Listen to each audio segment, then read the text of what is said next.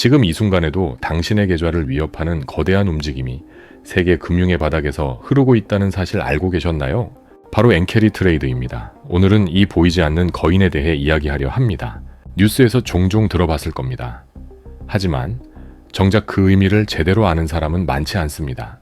이 개념을 이해하지 못하면 다가올 금융지형의 변화를 읽어낼 수 없습니다. 준비되지 않은 자는 휩쓸릴 수밖에 없죠. 특히 2026년이라는 시점이 중요합니다.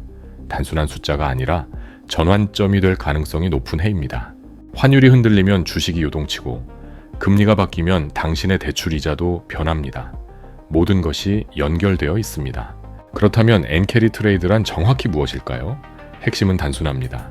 싸게 빌려서 비싸게 굴린다는 원리입니다. 낮은 이자로 돈을 빌린 뒤 그 돈을 더 높은 수익률이 보장된 곳에 투자하는 구조적 전략이죠. 그런데 왜 하필 엔화일까요? 여기에는 일본이라는 나라의 특수한 역사가 숨어 있습니다. 1990년대 초 일본 경제는 전례 없는 자산 거품 붕괴를 경험했습니다. 주식과 부동산이 동시에 무너졌죠. 그 후 수십 년 동안 일본은 침체와 디플레이션의 늪에서 벗어나지 못했습니다. 잃어버린 30년이라 불릴 정도로요. 일본은행은 경제를 되살리기 위해 초저금리, 심지어 마이너스 금리까지 동원했습니다. 그 결과 일본은 전 세계에서 가장 싸게 돈을 빌릴 수 있는 나라가 되었습니다. 이건 우연이 아니라 정책의 결과였죠. 엔화화는 단순한 국내 화폐가 아니라 국제 금융시장에서 자금 조달의 핵심 통로로 기능하기 시작했습니다. 자, 이제 구체적인 예시를 들어보겠습니다. 한 투자자가 엔화로 1억 원 상당을 빌렸다고 가정해 봅시다. 이자는 연 0.5%에 불과합니다. 반면 미국 채권은 연 4%의 수익률을 제공하고 있습니다. 투자자는 이 돈을 달러로 바꿔 미국 자산에 투자합니다. 1년 뒤 얻는 이익은 금리 차이만큼 생기죠. 단순 계산으로만 보면 연 3.5%의 차익을 얻는 셈입니다. 위험이 없다면 이건 거의 공짜 돈이나 다름없습니다. 그런데 여기서 끝이 아닙니다. 수많은 투자자가 이 전략을 동시에 실행하면 어떤 일이 벌어질까요? 모두가 엔화를 팔고 달러를 사기 시작합니다. 시장에 엔화 매도 압력이 쌓이는 거죠. 공급이 늘어나면 가치는 떨어집니다. 엔화는 자연스럽게 약세로 흐르게 됩니다. 엔화가 약세로 가면 투자자에겐 또 다른 이익이 생깁니다. 바로 환차익입니다. 빌린 돈을 갚을 때 엔화 가치가 떨어져 있다면 갚아야 할 실질 금액이 줄어드는 셈이니까요. 금리 차익과 환차익을 동시에 얻을 수 있는 구조. 이것이 엔캐리 트레이드의 매력입니다. 하지만 모든 전략에는 그림자가 있습니다. 이 구조는 특정 전제가 무너지면 치명적입니다. 가장 큰 위험은 엔화 강세입니다. 엔화 가치가 올라가는 순간 모든 논리가 뒤집힙니다. 금리로 벌어들인 수익보다 환율 변동으로 인한 손실이 더 커질 수 있습니다. 원금까지 위협받는 거죠. 예를 들어 엔화가 10% 강세를 보이면 그동안 쌓아온 몇 년치 금리 차익이 하루아침에 증발할 수 있습니다. 이런 상황이 오면 투자자들은 공포에 빠집니다. 손실을 줄이기 위해 포지션을 급히 정리하려 하죠. 문제는 수많은 사람이 동시에 같은 행동을 한다는 겁니다. 보유한 해외 자산을 급매물로 내놓기 시작합니다. 달러 자산을 팔고 엔화를 다시 사들이면서 시장에는 매도 폭탄이 터집니다. 자산 가격이 급락하죠. 엔화는 다시 강세를 보이고 그 강세는 또 다른 청산을 부릅니다. 악순환이 시작되는 겁니다. 이 과정은 마치 도미노처럼 연쇄 반응을 일으킵니다. 한번 무너지기 시작하면 멈추기 어렵습니다. 과거를 돌아보면 이런 일이 실제로 여러 차례 있었습니다. 글로벌 금융위기 때도 비슷한 패턴이 나타났죠. 2008년 리먼 브라더스 사태 이후 엔화는 급격히 강세로 돌아섰고 세계 증시는 동반 폭락했습니다. 2020년 코로나 초기 혼란 속에서도 엔화는 안전자산으로 평가받으며 급등했고 주가는 요동쳤습니다. 이처럼 엔캐리 트레이드는 평온할 땐 조용하지만 위기가 오면 폭풍의 중심이 되곤 합니다. 그렇다면 이제 우리가 주목해야 할 건 앞으로의 흐름입니다. 무엇이 바뀔 것인가? 그게 핵심입니다. 현재 일본은행은 오랜 초저금리 기조를 조금씩 수정하고 있습니다. 정책 전환의 신호가 나타나고 있죠. 반대로 미국은 인플레이션이 진정되면서 금리 인하 가능성을 열어두고 있습니다. 두 나라의 금리 격차가 좁혀지면 어떤 일이 벌어질까요? 엔캐리 트레이드의 매력이 사라집니다. 차익이 줄어들면 투자자들은 더 이상 이 구조를 유지할 이유가 없어집니다. 자금을 회수하기 시작하겠죠. 전문가들은 2026년 전후를 하나의 분기점으로 보고 있습니다. 구조적 변화가 본격화될 수 있는 시점이라는 겁니다. 그렇다면 어떤 시나리오가 가능할까요? 크게 두 가지 경로를 생각해 볼 수 있습니다. 첫 번째는 부드러운 착륙입니다. 금리 차이가 서서히 좁혀지면서 시장이 천천히 적응하는 경우죠. 투자자들이 포지션을 조금씩 정리하고 엔화는 완만하게 강세로 돌아섭니다. 충격은 제한적입니다. 이 경우 글로벌 자산 시장은 일시적인 조정을 겪겠지만 패닉 상태로까지 번지지는 않을 겁니다. 하지만 역사는 항상 부드럽게만 흘러가지 않았습니다. 그래서 두 번째 시나리오를 간과할 수 없습니다. 일본이 예상보다 빠르게 금리를 올린다면 어떻게 될까요?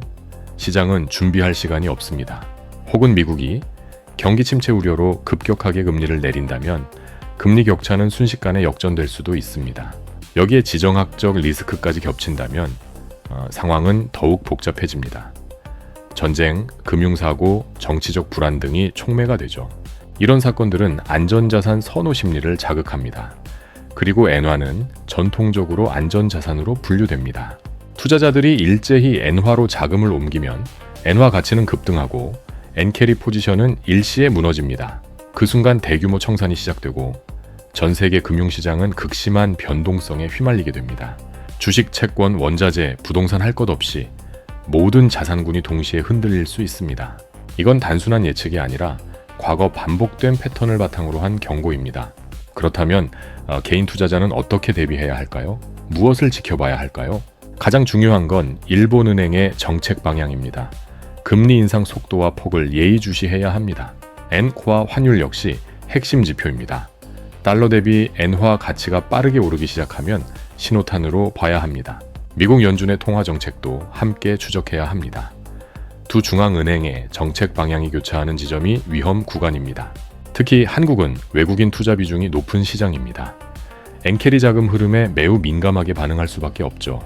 코스피와 코스닥 모두 외국인 자금 이탈 시 큰 폭의 하락을 경험할 가능성이 있습니다. 반대로 엔화 약세가 유지되거나 다시 약세로 돌아서면 한국 시장에 자금이 유입될 여지도 있습니다. 즉 2026년 이후의 엔화 흐름은 한국 투자자에게 위협인 동시에 기회가 될 수 있다는 뜻입니다. 위기는 준비된 자에게 기회가 되고 준비되지 않은 자에게는 재앙이 됩니다. 이건 금융의 기본 원칙입니다. 엔캐리 트레이드는 복잡해 보이지만 결국 금리와 환율 그리고 심리의 상호작용입니다. 이 세 가지 요소가 어떻게 맞물려 돌아가는지 이해하면 시장의 큰 흐름을 읽어낼 수 있습니다. 지금 당장 엔화 차트를 펼쳐보세요. 그리고 최근 몇 달간의 움직임을 눈여겨보세요. 작은 변화가 큰 전환의 신호일 수 있습니다. 시장은 항상 먼저 움직이고 뉴스는 나중에 따라옵니다. 투자에서 중요한 건 남들보다 한 발 먼저 준비하는 것입니다. 뒤늦게 반응하면 이미 늦습니다.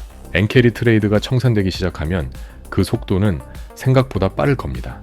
순식간에 판도가 바뀔 수 있습니다. 그래서 지금부터라도 포트폴리오를 점검해야 합니다. 환율 변동에 얼마나 노출되어 있는지 확인하세요. 외화자산 비중, 해외 주식 비중, 환해지 여부 등을 꼼꼼히 따져봐야 합니다. 또한 레버리지를 과도하게 사용하고 있다면 지금이 줄일 타이밍일 수 있습니다. 엔캐리 청산 국면에서는 변동성이 극대화됩니다. 레버리지는 수익을 키우지만 손실도 배가시킵니다. 현금 비중을 일정 수준 유지하는 것도 전략입니다. 위기는 현금을 가진 자에게 기회를 줍니다. 시장이 패닉 상태일 때 침착하게 저가 매수에 나설 수 있는 여력을 확보하는 게 중요합니다. 분산 투자 역시 기본입니다. 특정 통화나 국가에 집중되지 않도록 자산을 배분하세요. 금, 달러, 원화, 부동산 등 서로 다른 방향으로 움직이는 자산을 조합하는 것이 리스크 관리의 핵심입니다. 엔캐리 트레이드는 보이지 않지만 그 영향력은 매우 실질적입니다. 무시할 수 없는 변수입니다. 세계 경제는 더 이상 독립적이지 않습니다. 일본에서 시작된 흐름이 한국을 흔들 수 있습니다. 그리고 그 흔들림은 당신의 계좌 장에도 직접적으로 영향을 미칠 겁니다. 이제 엔캐리 트레이드를 단순한 경제 용어가 아니라 내 돈과 직결된 현실로 받아들여야 합니다. 금융 지식은 방어 수단입니다. 아는 만큼 보이고 보이는 만큼 대응할 수 있습니다. 2026년은 아직 멀지 않습니다. 준비할 시간은 충분하지만 미루면 부족해집니다. 지금부터 꾸준히 정보를 모으고 시장 신호를 읽는 연습을 해야 합니다. 일본은행 성명서, 미국 연준 의사록, 엔화 환율 차트, 이 세 가지는 정기적으로 확인하세요. 뉴스 헤드라인에 휘둘리지 말고 데이터를 직접 보는 습관을 들이는 게 중요합니다. 전문가의 의견도 참고하되 맹신하지 마세요. 판단의 주체는 결국 당신 자신이어야 합니다. 시장은 예측 가능한 것과 불가능한 것이 공존하는 곳입니다. 완벽한 예측은 없습니다. 하지만 큰 흐름과 구조를 이해하면 불확실성 속에서도 방향을 잡을 수 있습니다. 엔캐리 트레이드는 그 구조를 이해하는 데 있어 핵심 열쇠 중 하나입니다. 이 구조가 무너질 때 어떤 일이 벌어지는지 알면 위기 앞에서도 침착할 수 있습니다. 두려움은 무지에서 옵니다. 정확히 알면 두려움은 경계심으로 바뀝니다. 경계하되 겁먹지 말고 준비하되 과도하게 방어적이지 않아야 합니다. 균형이 필요합니다. 엔화의 움직임은 단순한 환율 변동이 아닙니다. 그 뒤에는 거대한 자금 흐름이 숨어 있습니다. 그 흐름을 읽을 수 있다면 시장이 어디로 향하는지 미리 감지할 수 있습니다.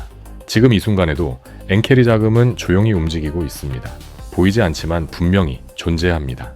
당신이 이 흐름을 의식하고 있는지 아닌지가 앞으로의 투자 성과를 크게 가를 수 있습니다. 세상은 빠르게 변하고 금융 환경도 예외가 아닙니다. 변화에 적응하는 자만이 살아남습니다. 엔캐리 트레이드는 그 변화의 핵심 동인 중 하나이며 앞으로 더욱 중요해질 가능성이 높습니다. 이 개념을 이해한 지금 당신은 이미 많은 사람들보다 한 발 앞서 있습니다. 중요한 건 이 지식을 행동으로 옮기는 것입니다. 아는 것과 실행하는 것은 다릅니다.